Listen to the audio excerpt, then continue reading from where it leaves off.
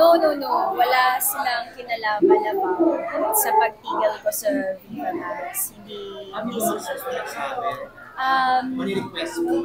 Hindi naman, kasi siguro sila yung nagbibigay sa akin ng guide eh. Like sila yung gumagawa ng career moves ko.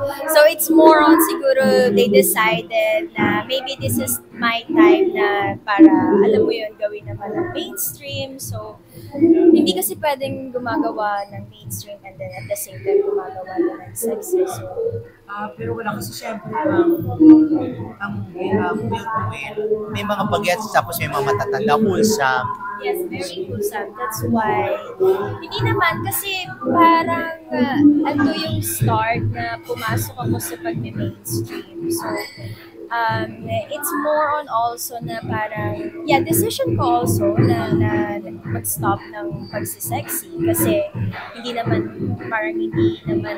tama na nakikita ko sa Will to Win but then I'm still doing sexy movies. So, but then naman, I've done my part naman sa pagiging sexy star, sexy actress.